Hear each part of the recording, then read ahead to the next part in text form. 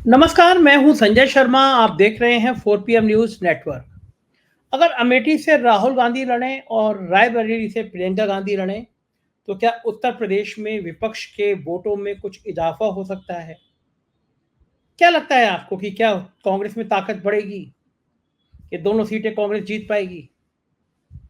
ये सारी बातें आज मैं अभय द्विवेदी जी से पूछने वाला हूँ। देश के जाने-माने पत्रकार, एबीपी पे आप रोज देखते हैं उनको, बहुत अच्छे पत्रकार, बहुत अच्छी किताबें लिखी हैं। मैं कुछ सवाल आपको बता देता हूँ, जो आज मैं इंटरव्यू में उनसे पूछूँगा। मैं उनसे पूछूँगा कि चुनाव से ठीक 1 दिन पहले टीवी चैनलों से प्रधानमंत्री गायब क्यों थे? ये कभी नहीं होता, प्रधानमंत्री छाए रहते हैं चुनाव से पहले। और क्या ऐसा होगा जब वोट डाले जाएँगे तब प्रधानमंत्री जी प्रकट होंगे, कुछ बड़ी बात करेंगे? चुनाव से 24 घंटे पहले अमित शाह क्यों छाए रहे? टीवी चैनलों पे अमित शाह को लगातार दिखाने के पीछे रणनीति क्या थी? बीजेपी कोई भी काम बिना रणनीति के करती नहीं। पहले चरण के मतदान में सबसे ज्यादा सीटें पहले चरण में हैं। क्या संकेत निकलते हैं? क्या एनडीए की वापसी या फिर एनडीए की विदाई? क्या क्या होगा राजनीति में, क्या क्या फेरबदल होगा राजनीति में, और मोदी जी के अंदर इतना आत्ममुग्धता का भाव क्यों है? तो मैं देर नहीं करता हूँ, सीधे चलता हूँ अभय द्विवेदी जी के पास। शानदार बातचीत जरूर सुनिएगा, अपनी राय से अवगत कराइएगा, चैनल को ज्वाइन करिएगा। चलते हैं अभय जी के पास। 4 PM न्यूज नेटवर्क में स्वागत है अभय द्विवेदी जी आपका। चुनाव कुछ घंटे बाद, जब ये पहला हमारा ये जाएगा एपिसोड, उससे कुछ घंटे बाद वोटिंग शुरू हो जाएगी। बड़ा ताज्जुब हुआ मुझे, कल रात को मैं देख रहा था प्रधानमंत्री जी ने, जब चुनाव में 18 घंटे भी नहीं बचे थे, केवल पूरे दिन में 2 ट्वीट किए। एक दैनिक जागरण में मेरा आर्टिकल छपा है, वो पढ़िए, उसकी अपील करी उन्होंने। वो आर्टिकल था उनका, उनका प्रिय अखबार दैनिक जागरण में, उत्तराखंड का, कि उत्तराखंड में हम जय ज़मीन कैसे बचाएँगे, और एक नए वोटर को आह्वान की वोट करने के लिए क्या-क्या करना चाहिए। जबकि पहले मैं देखता था कि चुनाव के 24 घंटे पहले प्रधानमंत्री जी का हंगामा होता था। कहीं किसी वो मंदिर में, गुफा में होते थे, किसी समुद्र में होते थे, कहीं पूजा-पाठ कर रहे होते, कुछ ना कुछ ऐसा होता था। लेकिन 1 दिन पहले, मतदान से 1 दिन पहले, जब पहले चरण का मतदान है, प्रधानमंत्री जी की खामोशी, और टीवी पे अमित शाह के कल जलवे चल रहे थे। जहाँ अमित शाह, वहीं पे जीत की राह आसान, अमित शाह जादूगर, 300-400 पार अमित शाह। 24 घंटे पहले मोदी गायब, Amit Shah as a hero दिखाया जाना, क्या रणनीति हो सकती है ये भारतीय जनता पार्टी की? आपने बहुत सही जगह अपनी उंगली रखी है संजय जी।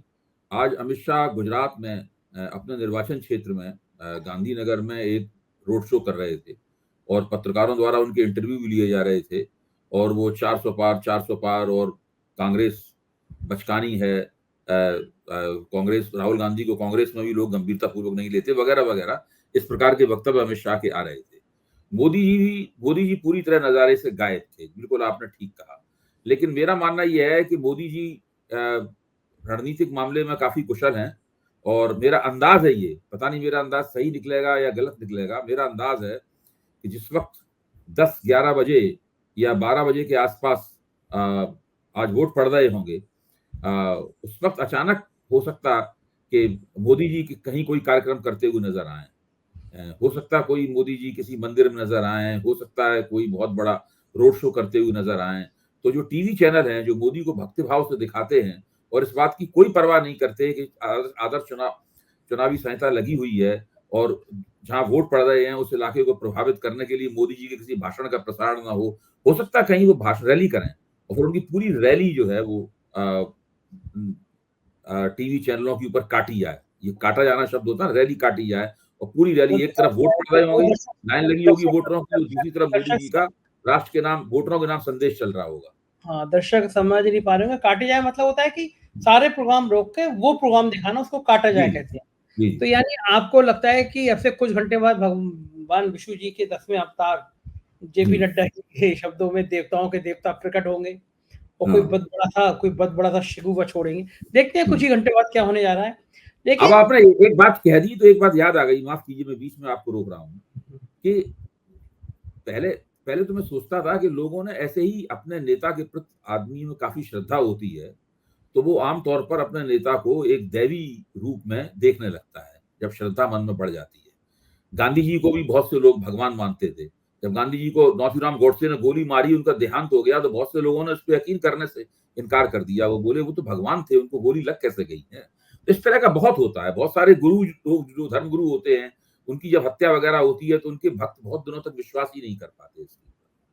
लेकिन नरेंद्र मोदी तो राजनेता हैं, राजनीतिक नेता हैं नरेंद्र, और नरेंद्र मोदी को फिर पहले जब पहली बार भगवान का अवतार कहा गया तब मैंने उसको नजरअंदाज किया, लेकिन बाद में फिर कहा गया, तीसरी बार फिर कहा गया, चौथी बार फिर कहा गया। और कितने ताज्जुब की बात है कि ऐसे तमाम लोग जो आमतौर पर वैसे बड़ी तर्कसंगत बात करते हैं, भाजपा के बहुत से समर्थक भी बड़े तर्कसंगत बात करते हैं, उनके पास एक परिप्रेक्ष्य होता है, हमारे मित्र हैं पुराने, परिप्रेक्ष्य होता है, हमारे साथ काम किया है उन लोगों ने, परिप्रेक्ष्य होता है, उस परिप्रेक्ष्य में रख के वो भाजपा के पक्ष में तर्क जुटाते हैं और कई बार उनका तर्क सुनने में अच्छा भी लगता है। लेकिन उन्होंने एक बार भी नहीं कहा कि ये सब क्या वाहियात बातें हो रही, एक बार भी नहीं कहा। और इस उनके जो कार्यक्रम उन लोगों के आते हैं, इस तरह के आते हैं कि मोदी ने एक पल में ये कर दिया, मोदी ने एक पल, दरअसल उनको वो चमत्कारी पुरुष की तरह देखते हैं। कुछ लोग कहते हैं कि ये मोदी जी विष्णु के अवतार हैं या ईश्वर के अवतार हैं या देवी पुरुष हैं, ये तो कुछ लोग कह रहे हैं खुलेआम, लेकिन जो नहीं कह रहे हैं उनके मन में भी ये है, मैं आपको बता रहा हूं कि ये हैं देवी अवतार है। हाँ, जब वो ये कहते हैं कि इस देश में जनता किसी के ऊपर विश्वास नहीं करती है, सिर्फ नरेंद्र मोदी के ऊपर विश्वास करती है। वो ये मानते हैं कि भाजपा सरकार में बहुत सी कमियां हैं, भाजपा सरकार ने अपने बहुत से वायदों को पूरा नहीं कर पाया है, महंगाई और बेरोजगारी की तथ्य से उनमें कोई इनकार नहीं करता है। सब कहते हैं कि हाँ, बेरोजगारी बहुत बढ़ रही है, ये 10 साल में इसके ऊपर काबू नहीं पाया जा सका है, महंगाई भी बढ़ रही है, सब कुछ कह रहे हैं, लोगों में परेशानी है, 80 करोड़ लोगों को अनाज दिया जा रहा है, ये भी इस बात का प्रमाण है कि सब कुछ ठीक नहीं है। इन सबको मानते हैं, इसको मानने के बाद फिर उनका इसके ऊपर एक तर्क ठोकते हैं वो तर्क ये होता है कि इस सब के बावजूद भी दरअसल लोग नरेंद्र मोदी को ही सही विश्वास करते हैं, इन समस्याओं को अंततः नरेंद्र मोदी ही हल करेंगे, किसी और नेता के ऊपर उनका विश्वास नहीं है। तो इसका मतलब यह है कि भले ही वो साफ खुल के नहीं कह रहे हो, मानते वो भी नरेंद्र मोदी को चमत्कारी पुरुष ही। ये बात तो आपने ठीक है कि भारतीय जनता पार्टी को लगता है कि जिला पंचायत के चुनाव हो, नगर पंचायत के हो, विधायकी हो, सांसदीय हो, एक व्यक्ति है जो उनको चुनाव जिता लेगा, वो नरेंद्र मोदी है। और अब उनके चमत्कारी पुरुष होने का जो सबसे नया राजनीतिक प्रमाण आया है वो है तमिलनाडु में उनकी लोकप्रियता। अच्छा, ये कहा जा रहा है कि तमिलनाडु के गांव का बच्चा नरेंद्र मोदी के नाम पर हाँ या ना कर रहा है। अच्छा, यानी तमिलनाडु में नरेंद्र मोदी इतने बड़े मुद्दे बन चुके हैं कि या तो उनके नाम पे तमिलनाडु की चुनाव ही नरेंद्र मोदी के नाम पे तमिलनाडु में लड़ा जा रहा है। ये लेकिन पार्टी का कोई बड़ा नेता इसको कहने की हिम्मत नहीं करता, क्योंकि तमिलनाडु के नतीजे क्या आएंगे सब जानते हैं। नतीजे अभी ये काम जो है ना वो गोदी मीडिया के लोग कर रहे हैं। अच्छा, वो एंकर नहीं, जिम्मेदारी बांटी गई है ना, उनकी जिम्मेदारी है कि वो जिस काम को नरेंद्र मोदी खुद नहीं कह सकते, क्यों, मोदी जी तो एक दुनिया के ऐसे नेता हैं जो खुद अपना नाम अपने मुंह से लेते हैं। नरेंद्र मोदी कहते हैं ना कि मोदी की गारंटी है, मोदी ऐसा करेगा, जैसे मोदी कोई अन्य व्यक्ति हो, वो मोदी के बारे में इस तरह बोलते हैं, मोदी वो खुद नहीं है, मोदी कोई वो अन्य व्यक्ति हो उसके बारे में बोलते हैं, मोदी ऐसा करेगा, मोदी, लोगों ने कहा अब तो मोदी गया, मोदी संकट में फंस गया, वो इस तरीके से बोलते हैं पूरी। और ये प्रवृत्ति उत्तरोत्तर बढ़ती जा रही है, धीरे धीरे करके ये प्रवृत्ति लगातार बढ़ती जा रही है, पिछले 1 साल में बहुत ज्यादा बढ़ी है प्रवृत्ति। कहते हैं लोगों की जब उम्र बढ़ती है तो कुछ इस तरह के एहसास बढ़ जाते हैं। कई लोग कहते हैं कि बुजुर्ग आदमी और बच्चा, मुझे क्या लगता है इसके पीछे एक कारण ये है कि इस बार के चुनाव में कोई जज्बाती मुद्दा नहीं है। पिछले बार पहले चुनाव में भ्रष्टाचार एक जज्बाती मुद्दे के तौर पर मौजूद था, अन्ना का आंदोलन था, दूसरे चुनाव में पुलवामा वाली घटना और बालाकोट सर्जिकल स्ट्राइक जज्बाती मुद्दे की तरह मौजूद थी।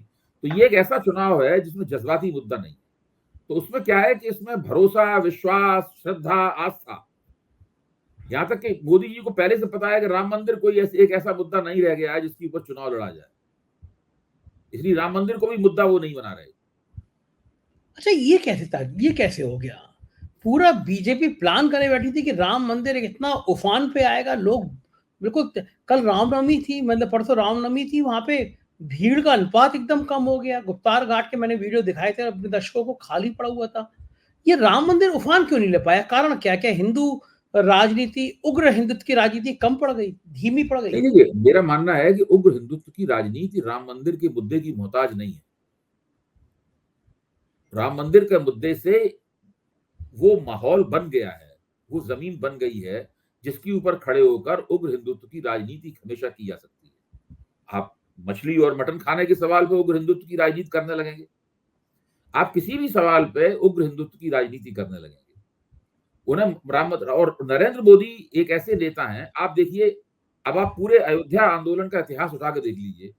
नरेंद्र मोदी जो पिछले 10 साल से इस देश के प्रधानमंत्री हैं, उससे पहले वो 12 वर्ष तक गुजरात के मुख्यमंत्री रहे। उससे पहले वो लाल कृष्ण आडवाणी की जो अयोध्या रथ यात्रा थी, उस रथ यात्रा के प्रमुख मुख्य प्रबंधक थे नरेंद्र मोदी। इस सब के बावजूद आप देखिए तथ्य क्या है, कितने बार गए हैं वो अयोध्या आज तक नरेंद्र मोदी की निजी तौर पर राम मंदिर के मुद्दे में कोई विशेष रुचि नहीं रही है। मैं इस बात को कई बार कह चुका हूं। उन्होंने 2014 के चुनाव में भी राम मंदिर के मुद्दे को महत्व नहीं दिया। उन्होंने 2019 के चुनाव में भी राम मंदिर के मुद्दे को महत्व नहीं दिया। 2019 के चुनाव से पहले तो उन्होंने आरएसएस की बात ही राम मंदिर के सवाल पर मानने से उन्होंने इनकार कर दी। तो ये एक मोदी में खास बात रही है। मोदी जी का मानना यह है, जहां तक मैं उनके दिमाग को पढ़ पाता हूं, उनका मानना यह है कि चुनाव मेरे दम पे जीते हारे जाते हैं। मैं राम मंदिर को भी इसका श्रेय नहीं लेने दूंगा।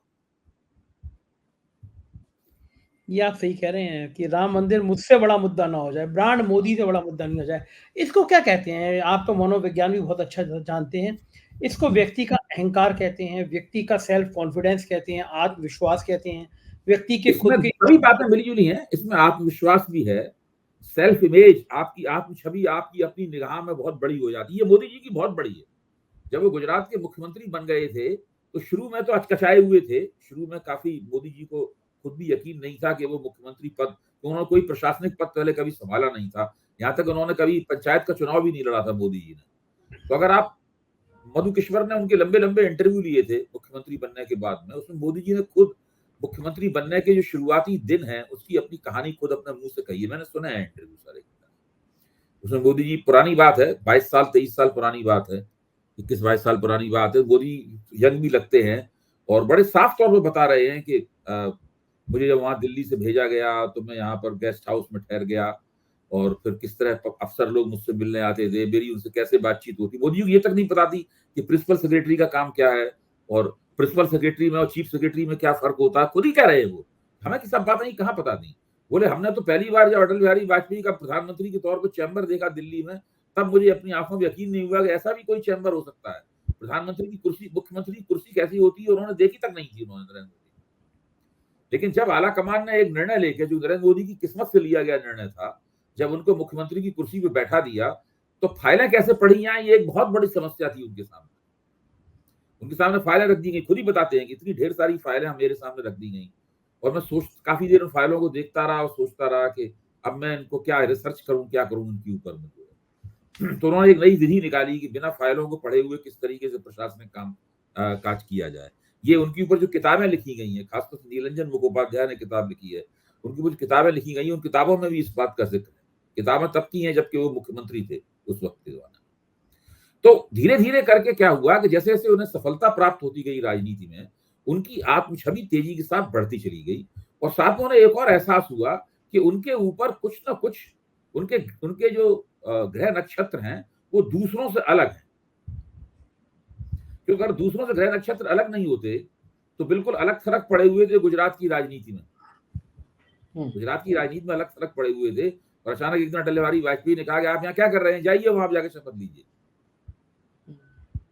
तो इससे उनको लगा कि ये जो दैव ने, जो डिवाइन फोर्सेस हैं, उन्होंने मुझे इन सब कामों के लिए चुना। तो इससे उनको लगा कि हमारे ग्रह नक्षत्र कुछ अलग तरह के हैं, ये किस्मत कोई और लेके नहीं आया है, मैं ये किस्मत लेके आया हूं। तभी से उनकी आत्म छवि लगातार बढ़ती चली गई। अब उनको लगता है कि जिस चीज में वो हाथ लगाएंगे वो सोना हो जाएगी। हाँ, बस वो करेंगे गलत काम का भी उनको राजनीतिक फायदा होगा, जैसे उन्होंने डिमोनेटाइजेशन किया। गड़बड़ ये हो गया कि कर्नाटक फायदा होगा, कर्नाटक और तेलंगाना में हाथ लगाया, हाथ गड़बड़ हो गया वो, लेकिन वहां गड़बड़ हो गया। इस तरह के झटके उन्हें लगते रहते हैं। जैसे दिल्ली चुनाव में वो हर बार नाकाम रहते हैं। हाँ, दिल्ली नगर निगम के साथ कभी उनके राजनीतिक संबंध ज्यादा अच्छे नहीं रहे। तेलंगाना चुनाव में हार गए, हिमाचल प्रदेश में बहुत कोशिश की, वहां भी चुनाव हार गए। भारतीय जनता पार्टी ने कई बहुत से विधानसभा चुनाव पिछले 10 साल के अंदर पर हारे हैं। तो हर वहां पे विधानसभा चुनाव में मोदी जी ने अपने आप को दांव पे लगाया, लेकिन वो कामयाब नहीं हो पाए। तो ये सब भी होता रहता है बीच में। हाँ, मतलब वहां पे देवीय ताकत जो थी उनकी वहां थोड़ी कम पड़ गई, वहां कम कम काम कर पाई। लेकिन ये तो मानना पड़ेगा हमें संजय जी कि जो भाजपा का जो कैचमेंट एरिया है, उसका जो प्रभाव क्षेत्र है, इस प्रभाव क्षेत्र में लोकसभा के संदर्भ में नरेंद्र मोदी ने अपनी लोकप्रियता और ताकत को बचा कर रखा हुआ हाँ, ये बात तो सही है, मतलब उनके है। ब्रांड का लेवल का नहीं है। लेकिन अब हाँ, ये हाँ, बताइए, ये बीजेपी के लिए अच्छा है या बुरा है? 73 साल के हो गए वो, एक हाँ। चुनाव हो, तो ये भाजपा के लिए अच्छा है या बुरा है? देखिए, इस तरह का नेतृत्व जब किसी भी पार्टी में पैदा होता है, जो करिश्माई नेतृत्व हो, जहां ओवर सेंट्रलाइजेशन हो, अति केंद्रीकरण हो, वो भविष्य में पार्टी के डूब जाने का सबसे अच्छा सबसे जबरदस्त स्पष्ट संकेत है। इंदिरा गांधी इसी तरह की हस्ती थी। कांग्रेसियों को लगता था कि सत्ता इन्हीं के अंदर से फूटती है, और वो चुनाव खूब दबादब चुनाव हारती भी थी। उन्होंने लोकसभा चुनाव हारा बुरी तरीके से, लेकिन उसके बाद जीत के भी सामने आई। लेकिन इंदिरा गांधी के पराभव के बाद में अगर आप एक अपवाद स्वरूप 1984 का चुनाव छोड़ दें, जो कि एक तरह से देखा जाए इंदिरा गांधी के लिए एक शोक संदेश था, पूरे देश की जनता द्वारा किया गया है, हमदर्दी की लहर वाला चुनाव था। बाकी कांग्रेस ने कभी फिर मुंह उठा के बहुत बड़ा कांग्रेस के अंदर उछाल नहीं आया। तो जिस दिन नरेंद्र मोदी सीन से हटेंगे, चाहे पराजय के रूप में हटें, चाहे उम्र की वजह से हटें, बीमारी की वजह से हटें, या किसी वजह से हटें, जिस दिन या थक जाएं, खुद ही रिटायर हो जाएं, जब नरेंद्र मोदी हटेंगे तो उसके बाद भारतीय जनता पार्टी एक बहुत बड़े संकट का सामना करेगी, बहुत बड़े संकट का सामना करेगी, जिससे उबर पाना इनके लोगों के लिए बहुत मुश्किल होगा। भाई अभी भी अमित शाह बहुत भाजपा की कई मीटिंगों में कहते हैं, जब लोग कोई खड़े होकर पूछ देता है कि भाई ये काम ऐसे क्यों हो रहा है, वैसे क्यों हो रहा है, तो अमित शाह साहब कहते हैं, देखो जब तक हम लोग हैं, अब तक हम ऐसे ही चलाएंगे, जब नहीं रहेंगे तब देखा जाएगा। सही बात है, ये लाइन भी सही है कि जब तक हम हैं, तब तक हाँ। हम ऐसे चलाएँगे, हम नहीं होंगे फिर तुम संभालो अपना काम, तुम्हारा संभालेंगे। अभी जी क्या लग रहा है, पहले चरण के वोट कुछ घंटों बाद शुरू हो जाएँगे। क्या सीन नज़र आ रहा है? कोई उत्साही लग नहीं रहा चुनाव है, कहीं कोई गर्मी नहीं आ रही? भाई जो पहला चरण है सबसे बड़ा है, ये सबसे ज्यादा सीटों पर ये पहले ही चरण में चुनाव होने वाला है। 100 से ज्यादा सीटों पर पहले चरण में चुनाव होना। और अगर आप इसको देखें तो तमिलनाडु में भारतीय जनता पार्टी की चुनौती सबसे ज्यादा कमजोर है। 39 सीटों पर तमिलनाडु में वोट पड़ेंगे, 39 सीट्स के ऊपर। वहां बहुत कमजोर है भाजपा की चुनौती। बस केवल कुछ उम्मीदें हैं। भाजपा आज तक तमिलनाडु में केवल एक कन्याकुमारी की सीट भाजपा ने जीती है अपने इतिहास में। उसके बाद यहाँ पे हिंदी पट्टी की पार्टी के तौर पर भाजपा को माना जाता है। भाजपा ने एक अन्नामलई नाम के जो पुराने एक पूर्व अफसर हैं, उनको अपना झंडा बरदार बनाया है, मुख्य झंडा बरदार बनाया है, और वो सारे तमिलनाडु में यात्राएं निकाल रहे हैं। बड़े आक्रामक स्वर में वो बातचीत करते हैं, और उनके कार्यक्रमों में जनता भी इकट्ठी होती हुई दिखाई पड़ती है। नरेंद्र मोदी ने भी बहुत पिछले 1 डेढ़ साल में तमिलनाडु के दौरे किए हैं, और काफी उनकी कोशिश है कि वो तमिलनाडु के अंदर कुछ जबरदस्त ऐसा कुछ करके दिखाएं। तो उनकी अपनी कोशिश तो है, लेकिन उनको सबसे बड़ा धक्का तब लगा जबकि जयललिता ने उनका साथ छोड़ दिया। जयललिता की पार्टी अन्ना द्रमुक ने उनका साथ छोड़ दिया, क्योंकि सनातन के मौके पर उन्होंने जो राजनीति, सनातन के मुद्दे पर उन्होंने राजनीति की, वो अन्ना द्रमुक को पसंद नहीं आई। उसके बाद बहुत छोटी छोटी पार्टियों को लेकर वहां लड़ रहे हैं, लेकिन उससे ज्यादा कुछ उनका होने वाला है नहीं वहां तमिलनाडु में। तो वहां पर उनका दांव कमजोर है। अब ये उत्तर प्रदेश के अंदर जो 8 सीटें हैं, इन 8 सीटों में बहुजन समाज पार्टी ने पिछली बार 3 सीटें जीती थी, 2 सीटें समाजवादी पार्टी ने जीती थी, और भाजपा ने केवल 2 सीटें जीत पाई थी, 3 सीटें जीत पाई थी पिछली बार, और उसमें भी 1 सीट बहुत कम अंतर से भाजपा ने जीती थी, बहुत कम अंतर से भाजपा ने जीती थी। इस बार भारतीय जनता पार्टी को विपक्ष की उतनी उत्तर प्रदेश में बड़ी एकताबद्ध ताकत से नहीं जूझना पड़ रहा है, क्योंकि तब समाजवादी पार्टी, बहुजन समाज पार्टी एकताबद्ध थी, और राष्ट्रीय लोकदल भी इनके साथ था। आज राष्ट्रीय लोकदल भाजपा के साथ है, और बसपा और सपा दोनों बटे हुए हैं, दोनों एक साथ साथ नहीं लड़ रहे हैं।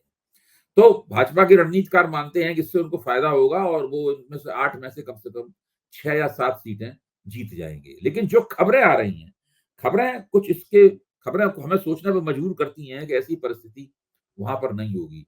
जो सामाजिक समीकरण है वो भारतीय जनता पार्टी के पक्ष में जो होने चाहिए थे, और भाजपा बड़ी सहजता पूर्वक सीटें जीतती हुई दिखाई पड़नी चाहिए थी, वो यहाँ पर नहीं है। सामाजिक समीकरण ऐसे है जिसकी कभी कल्पना नहीं की थी कि कभी ऐसा होगा।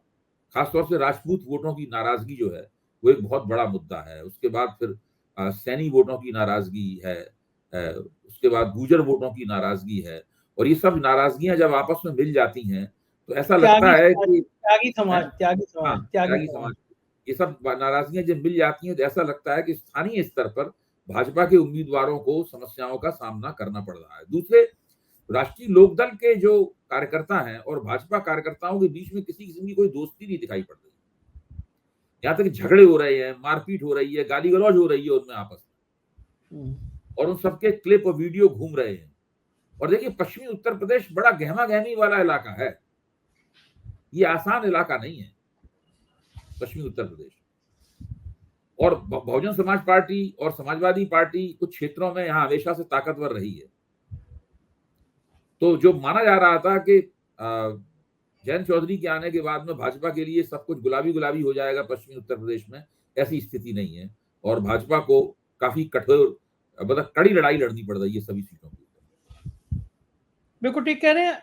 एक आकलन और बताइए, बड़ी चर्चा चल रही है, जी बड़ी पुष्ट खबरें भी आ रही हैं, जी कंफर्म नहीं है, लेकिन बात हो रही है कि रायबरेली से प्रियंका गांधी और हाँ, अमेठी से राहुल गांधी चुनाव लड़ सकते हैं। जी जी अगर ये दोनों चुनाव लड़ते हैं, दोनों भाई बहन, हाँ, और अपने अड़ोस पड़ोस की सीट से, जो हाँ, गांधी परिवार की परंपरागत सीट कही जाती है, तो हाँ। आपको क्या लगता है कि दोनों के लड़ने से उत्तर प्रदेश में क्या अंतर पड़ेगा? देखिए, मैं तो शुरू से ही इस बात को कहता रहा हूं, और मैंने आपके साथ बातचीत करते हुए भी इस बात को एकाधिक बार कहा है कि राहुल गांधी चुनाव जीते या हारें, दोनों ही सूरतों में उनको अमेठी से चुनाव लड़ना चाहिए। और स्मृति ईरानी अमेठी में कोई बहुत लोकप्रिय उम्मीदवार नहीं है। स्मृति ईरानी कहीं लोकप्रिय हो ही नहीं सकती, अमेठी ही नहीं हो, दिल्ली में भी लोकप्रिय नहीं है। वो प्रधानमंत्री के मंत्रिमंडल की कैबिनेट रैंक की सदस्य है, वहां भी लोकप्रिय नहीं है। भाजपा के संगठन में भी वो लोकप्रिय नहीं है। कारण क्या है? उनका जो बातचीत करने का तरीका है, जिस तरह से लोगों से वो बातचीत करती हैं, उसमें उनको वो ऐसे ऐसे व्यक्ति को अरे, लोकप्रिय। आपको अभय जी वो याद है, वो सुधीर चौधरी से वो लाइव मंच पे कह बैठी थी जी कि जी तुम जी तिहाड़ जेल में, तुम्हारे तिहाड़, मैं पूछूं तुम्हें तिहाड़ जेल में कैसा लगता था? कोई सोच सकता था दिन भर मोदी की वो तो भक्ति में सबके रहना? सामने आ गया, वो तो सबके सामने आ गया, लेकिन ऐसे सैकड़ों वाकये हैं जो किसी के सामने नहीं आए हैं। तो वो इसलिए, और अमेठी में भी कोई ऐसा नहीं है कि वो बहुत ज्यादा गई हो और उन्होंने बहुत अमेठी में बहुत मेहनत की हो। अभी आप अमेठी में कुछ दिन पहले जाने लगी हैं, चाट वाट खा के तस्वीर खिंचाई जा रही है, फोटो ऑप हो रहा है, तो उसके जरिए आप दिखाना चाहती हैं कि अमेठी की जनता में आप कितनी घुली मिली हैं। ऐसी स्थिति नहीं है। दूसरे, राहुल गांधी के जो चुनाव इंचार्ज थे, जो रायबरेली और अमेठी दोनों में पारंपरिक रूप से राहुल गांधी और उनकी मां सोनिया गांधी के चुनाव इंचार्ज होते थे, मुझे अभी उनका नाम याद आ जाएगा। हाँ, बहुत कांग्रेस के संगठन के अंदर बहुत ही जाना माना नाम है। पिछली बार कुछ कांग्रेस से और राहुल गांधी से भी कुछ रणनीतिक गलती हुई, उनको अमेठी के चुनाव इंचार्जी से हटा दिया गया। के एल एक शर्मा, दूसरे के एल शर्मा, के एल शर्मा ना? राम किशोर शर्मा, कुछ इस टाइप से कुछ नाम है हाँ, उनका। हाँ। हाँ, उनको हटा दिया गया, लेकिन वो रायबरेली के बने रहे और वहां उन्होंने जीत भी दिलवाई। तो जब राहुल गांधी चुनाव हार गए तो फिर से उनको वापस लाया गया। पिछले 5 साल से वो लगातार राहुल गांधी के वहां पर चुनाव इंचार्ज बने हुए हैं, और उनके जरिए राहुल गांधी अमेठी की जनता के संपर्क में है, और जो कुछ भी वहां पर कांग्रेस की गतिविधियां होती हैं वो सब है। तो इसलिए ये मानना कि राहुल गांधी का संपर्क वहां टूटा हुआ है, ये गलत बात। वो दोबारा वापस आ गए हैं, और राहुल गांधी अगर पर्चा भरते हैं स्मृति ईरानी के खिलाफ, तो अमेठी के अंदर बड़ी ही देखने लायक लड़ाई होगी, बड़ी जबरदस्त लड़ाई होगी। और राहुल गांधी हो सकता है कि बहुत चकित कर दें सबको वहां पर अमेठी में, अभय जी क्योंकि बड़ा अमेठी मजेदार। में कांग्रेस कार्यकर्ताओं की भी मांग है, और हाँ, कांग्रेस की तरफ से तो अब लग रहा है, इस तरह के संकेत भी मिल रहे हैं कि राहुल गांधी अमेठी से पर्चा भरेंगे। वायनाड से उनका जीतना तय है, अमेठी से जीतना उस तरह से तय नहीं है, लेकिन अमेठी इतनी असुरक्षित सीट भी नहीं है उनके लिए। नहीं बिल्कुल ठीक है। जब राहुल गांधी से मेरी मुलाकात हुई तो मैंने भी उनसे एक दो बार कही, एक दो चीजें बताई। मैंने राहुल गांधी से कहा कि मैं अमेठी बहुत गया स्टोरी करने के लिए, रुका भी एक दो दिन अमेठी करने के लिए, मैंने कहा एक चीज का आकलन है, क्योंकि मैंने अमेठी में जो स्टोरी करी वो कोई स्टोरी ऐसी नहीं थी जो 10-20 लाख जिसके व्यू ना आए हो, मतलब इतनी ज्यादा हिट। और अमेठी सबसे मजेदार ये हुआ कि वहां पे विकास अग्रहरी नाम का एक नौजवान है। तो जब मैं गया इंटरव्यू, मुझे वो बस स्टैंड में मिल गया। तो मैंने ऐसी पर्चा करता हूँ, माइक ला के आप क्या करते हैं? तो कहता है कि मैं भूतपूर्व अंधभक्त हूँ, भूतपूर्व चौकीदार हूँ। मैं चौंका।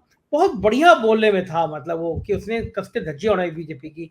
उसका जो मैंने वीडियो किया वो काट काट के करोड़ों, मतलब करोड़ों व्यू में गया वो। आज कल मतलब बड़ा मजेदार वाक्य हुआ कि अचानक टीवी पे खबर चली, आज तक पे, एबीपी पे, कि विकास अग्रहरी भाजपा में शामिल। और स्मृति ईरानी के संग उसके फोटो वायरल हुए, कि फोटो उसने पटका पहनाते हुए। 5 घंटे बाद ही उसने, विकास अग्रवाल ने प्रेस कॉन्फ्रेंस करी कि मैं तो अपने कामों की एक लिस्ट लेके गया था, वही काम कराइए मोहल्ले के। वहाँ पे जिलाध्यक्ष ने मुझे पटका बना दिया, फोटो खिंचा दिए।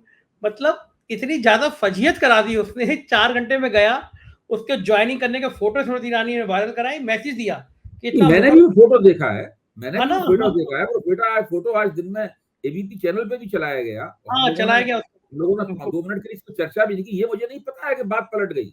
बात पलट गई, वो वापस आ गया कांग्रेस वास्तव में में। बात पलट गई है। ये बहुत अरे ताज्जुब की बात है। मैंने कल, फिर आते ही उसका, मैंने कल शाम को ही मैंने उसका इंटरव्यू किया। मैंने कहा ये तुम लोग प्लानिंग के तहत गए थे?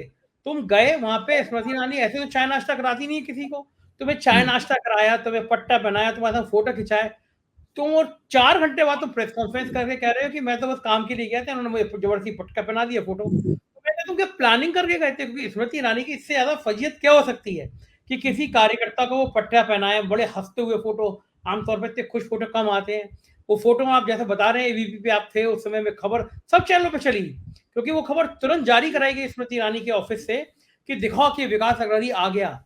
और फिर 4 घंटे बाद वो आदमी पलट के कह रहा है कि मैं तो काम कराने गया था, उन्होंने मुझे जबरदस्ती पट्टा पहना दिया। तो आज इतना ज्यादा फजीहत हो गई स्मृति ईरानी के मामले में। तो इस तरह अच्छा, की चीजें, मतलब मुझे लगता है वो प्लान किया गया कि विकास अग्रवाल को बेच के ये लोग फोटो खिंचाएंगे और बाद में वापस आ जाएगा।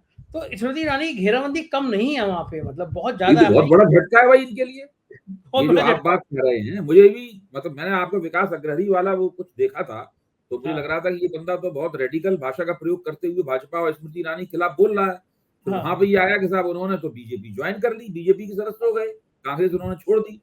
तो मुझे कुछ अजीब भी लगा, कल तक ये व्यक्ति इतना खिलाफ बोल रहा था और आज वो बीजेपी में चला गया। लेकिन आप बता रहे हैं कि ये तो एक तरह का ट्रैप था, जिसमें हाँ, बीजेपी और स्मृति ईरानी फंस गए। सही आप है। जरा मेरे ख्याल से ये इस पे विकास अग्रहरी से एक छोटा-मोटा इंटरव्यू और चलाइए आप। कल ही मैं आपको लिंक कल ही चला दिया हमने। कह रहे 1.5-2 अच्छा, लाख तो तुरंत उसके लाइव करते ही व्यू आ गए उसके। मतलब लोग अच्छा। इतना ज़्यादा उसको देखना चाह रहे हैं, मैं कल ही तुरंत ही 4 घंटे बाद हमने किया। हमने कहा भाई तुमने हाँ। करने क्या गया था वहाँ पे? बड़ा मज़ेदार वो इंटरव्यू हुआ, पड़ा है उसमें, जो मेरे दर्शक देखना चाहें, तो कल के फिर वीडियो मिल जाएगा। तो ये आप ठीक कह रहे हैं कि राहुल के प्रति एक दीवानगी तो है वहाँ पे, नहीं, देखा भी है। राहुल और के देखिए धीरे-धीरे क्या है कि स्मृति ईरानी के पूरे राजनीतिक जीवन में केवल एक ही उपलब्धि है, राहुल का राणा वो है मैं ठीक है चुनाव जीतना। चुनाव जीतना।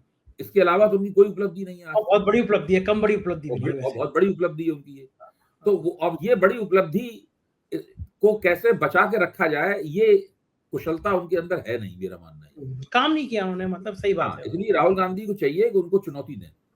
हाँ। अच्छा, ये अमेठी और रायबरेली दोनों से भाई-बहन लड़ेंगे, तो बाकी जो सीटें हैं कांग्रेस की, उसमें भी उत्साह आएगा ना? मतलब कांग्रेस एक सब बार रिवाइज। खटाल आएगा। देखिए अगर ये दोनों वहां पे गए और लड़े वहां पे, सोनिया गांधी तो अब लड़ेंगी नहीं वहां से, वो तो अब राजस्थान से राज्यसभा की सदस्य हैं। तो काफी बड़ा कांग्रेस की जो चुनावी मुहिम है उसको लाभ होगा इससे।